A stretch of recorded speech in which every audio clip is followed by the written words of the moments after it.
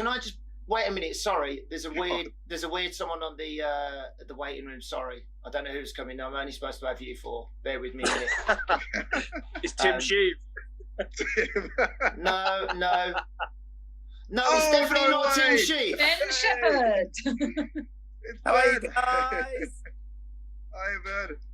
What can I say? If you give us the best episode so far, I have to give you the host with the most. Ben, thank you so much for doing this. My pleasure. England have just equalised. No way. This is big news. Oh, wow. Oh, really? Alex is 2-2 against the Germans. Way. Oh Ben- no! Don't worry, the Germans will catch up soon and overtake. I reckon. Now look, you two. Stop with the competition. It's supposed to be friendly banter. I saw you trying to steal his microphone, and we'll come on to that later as well. So Ben, forgive me. I will come back to you in a minute. Ben, Henry, do you mind if I just talk to Ben very briefly? Go Ben, for it, mate. Go for it. He's more famous than me, so. Come on, not at all. Ben, listen, thank you for joining the podcast. This is episode 3.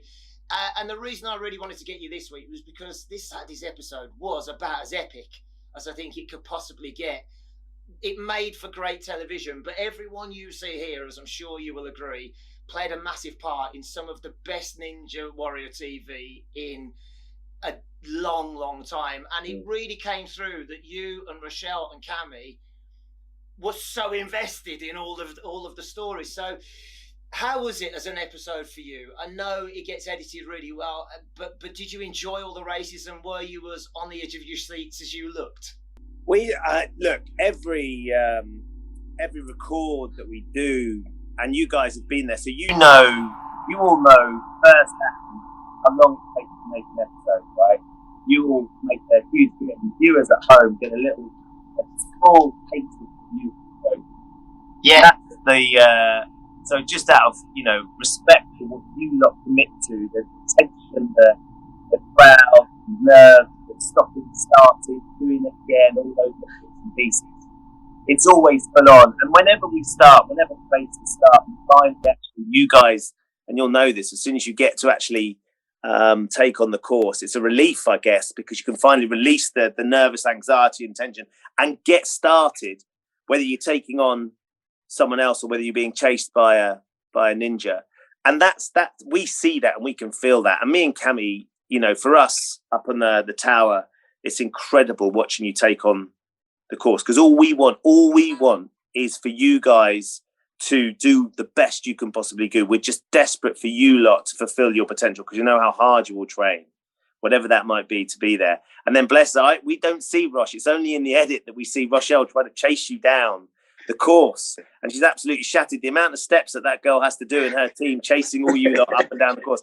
Fortunately for me and Cammy, we're too old, so we just have to stand still and scream and shout at the TV. But the feedback we're getting from viewers, when Cammy and I were recording we do the voiceovers together on a Friday, and we're going again. I think I'm seeing him this Friday as well for the shows. So we get a little taste of what's coming up, and we're always just so excited to see it come together, and for to know that the viewers are going to get a chance to watch it, because we're just thrilled. We're thrilled to bits that we've been able to do it again, and that you guys have had that chance to come and take on the course, because it's the best playground in the world, isn't it? There's very few places where you get to actually really push yourselves to the limit, and sort of. So it's for us to be the ringmasters of that is a privilege. That's so nice hearing you say that. I'm sure everyone here would agree. The one thing I think that I've always taken from it is how passionate you and Cammy particularly are. You know so much about everyone. And I know we see a lot of Cammy, particularly at the Ninja Warrior parks now. And we've been, a lot of the openings, and we speak to you guys a lot. But the enthusiasm and the knowledge, and I think the recognition, and you just touched on it, the recognition that you have for how hard everyone that makes it to the show has trained, particularly when we're talking about the people that maybe the weight of expectation on their shoulders. It's fantastic just to hear it in your voices and to see how genuinely excited you are. So in a minute, we'll touch on a couple of the races, if that's all right, from this weekend, because they were special. But if it's all right with you, Henry, can I jump back to you? Where were we? You're So from before Liverpool. I was so rudely interrupted. Where was I? I was only at the start of the story anyway, wasn't I? Yes. So Henry from Liverpool owned a ninja gym. So yeah, so as I was saying, I'm going to condense my story down as small as I can. So I started Taekwondo when I was about 14. First competition I did, won the British Championships. Long story, never started Taekwondo, worked as a chemical engineer, quit that because someone said I had a chance to go to the Olympics, trained my ass off full time, didn't get picked for the Olympics, and then we fast forward to 2016, which is when I didn't get picked. I'm watching Ninja Warrior season 2. It was season 2. And I was like, yeah, this is awesome. I love that. And I'm watching it with my missus, and I'm seeing people fall off. And I'm doing that cliche thing. It's like, oh, what's he doing there? How's he falling off there? I'd well have smashed that. And she must have just got sick of me. And she's gone, why don't you just go on the show yourself and show everyone that you can do it? And I was like, well, no, obviously you've got to get selected to do that. Someone's got to ring you up. You can't just walk on the show. And as if it was fate, literally as I said that, the advert came on saying, do you think you've got what it takes? Apply now. And I was like, well, I've got to apply now, haven't I? So, yeah, I went for it. I put my application in. And I thought, I'm fit, I'm strong, Taekwondo fight. I was like fresh off like a training for the Olympics.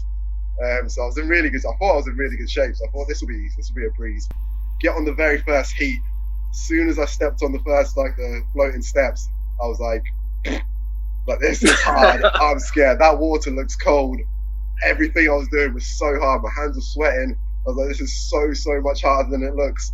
So much harder. But I managed to get through the course on the first heat. It took me a very long time, but I did it. I got through.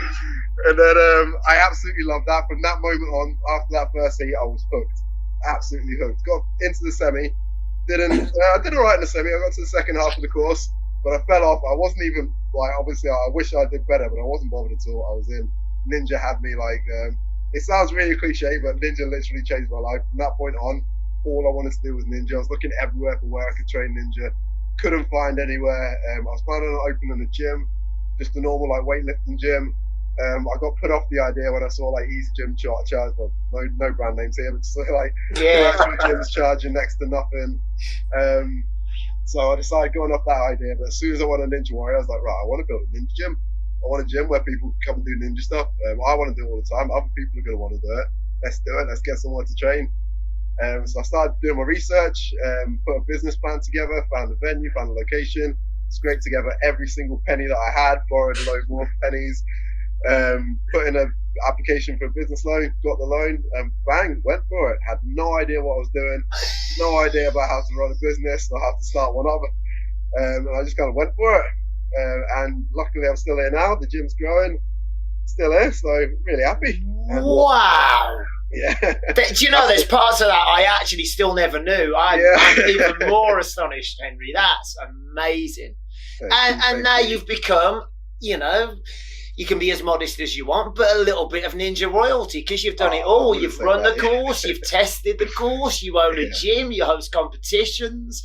I mean, you're all over it, and you are, we said it on the advert for your comp last week, you are one of the most recognisable faces. And I think you said something in your VT for this episode about I may look big, but I can perform like a young, I can't remember what it was, right?